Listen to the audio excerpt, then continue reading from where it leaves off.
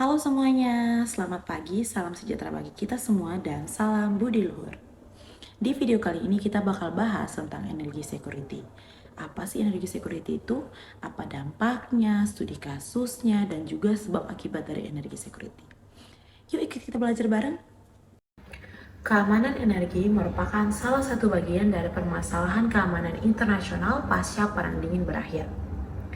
Permasalahan keamanan internasional pada saat ini khususnya bisa dikatakan sebagai permasalahan kontemporer yang tidak hanya memandang keamanan energi sebagai fokus mengamankan negara dan energi saja, akan tetapi permasalahan keamanan energi menjadi permasalahan yang sangat kompleks yang mencakup pengamanan wilayah, potensial yang bermanfaat bagi negara, keamanan penduduk, keamanan ideologi, dan keamanan wilayah yang berbatasan langsung dengan negara lain.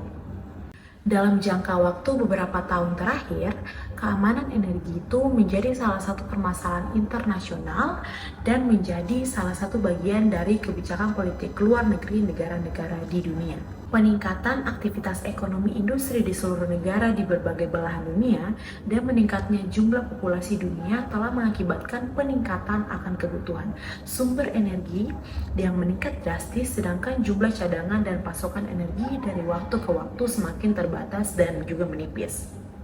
Konflik yang dilakukan oleh negara-negara industri terhadap negara-negara penghasil sumber energi baru ialah merebut secara paksa, melakukan agresi militer, dan menguasai cara penuh sumber energi baru yang berada di wilayah negara-negara penghasil sumber energi.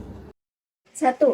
Dengan memastikan pasokan energi yang stabil dan mencukupi, kita dapat menghindari krisis energi yang dapat mempengaruhi pertumbuhan ekonomi dan kesejahteraan sosial.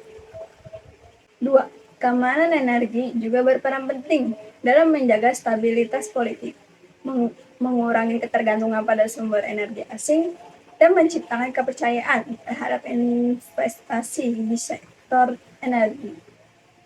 3. Krisis energi dapat menimbulkan gejolak perekonomian, meningkatkan pengangguran, dan merugikan sektor industri. Ketidakpastian pasokan energi dapat menyebabkan persaingan yang ketat antara negara untuk mendapatkan sumber daya energi yang terbatas dan meningkatkan risiko konflik geopolitik. Selain itu juga masuk ke dalam dampak keamanan energi, yang dimana penurunan kemampuan finansial dan manufaktur ini dapat berkembang dengan cepat menjadi permasalahan sosial, membawa kemiskinan dan kurangnya investasi internasional. Ini juga dapat menghambat pertumbuhan ekonomi, memicu hilangnya lapangan pekerjaan, dan menghambat suatu negara untuk beroperasi dengan baik.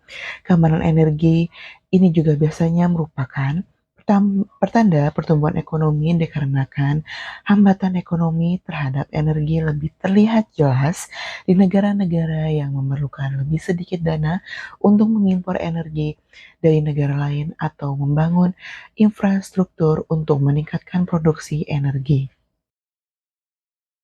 Selanjutnya yang ketiga, keamanan energi merupakan aspek krusial dalam mendukung stabilitas ekonomi dan keberlanjutan lingkungan. Untuk menjamin keamanan energi, para pengambil kebijakan perlu terus mempertimbangkan aksesibilitas, ketersediaan, keterjangkauan, dan keberlanjutan energi secara holistik. Kemudian, langkah-langkah kebijakan yang diimplementasikan harus mencakup strategi dalam negeri dan diplomasi luar negeri untuk memastikan kestabilan pasokan energi dalam jangka pendek dan mendukung transformasi menuju sumber energi yang lebih berkelanjutan dalam jangka panjang. Studi kasus yang kami ambil adalah Blueprint Kebijakan Energi Nasional. Blueprint Kebijakan Energi Nasional tahun 2005 sampai tahun 2025 menetapkan beberapa kebijakan utama dan pendukung.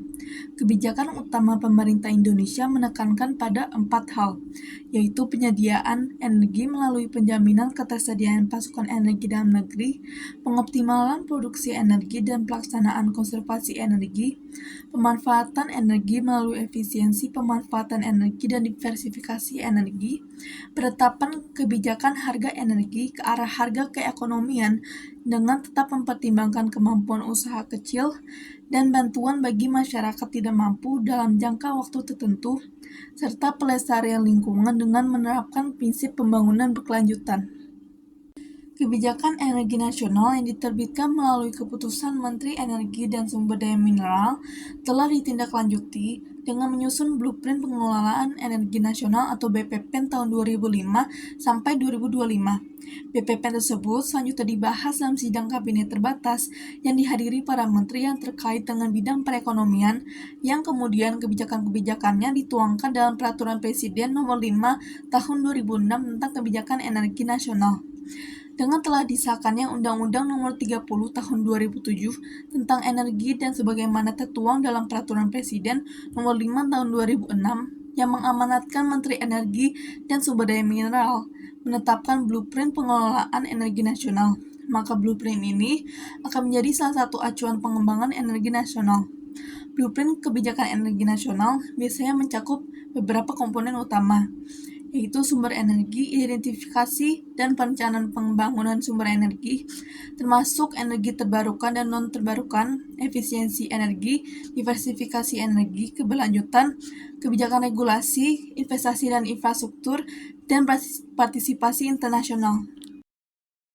Sekian presentasi dari kelompok kami, semoga bermanfaat. Thank you for watching.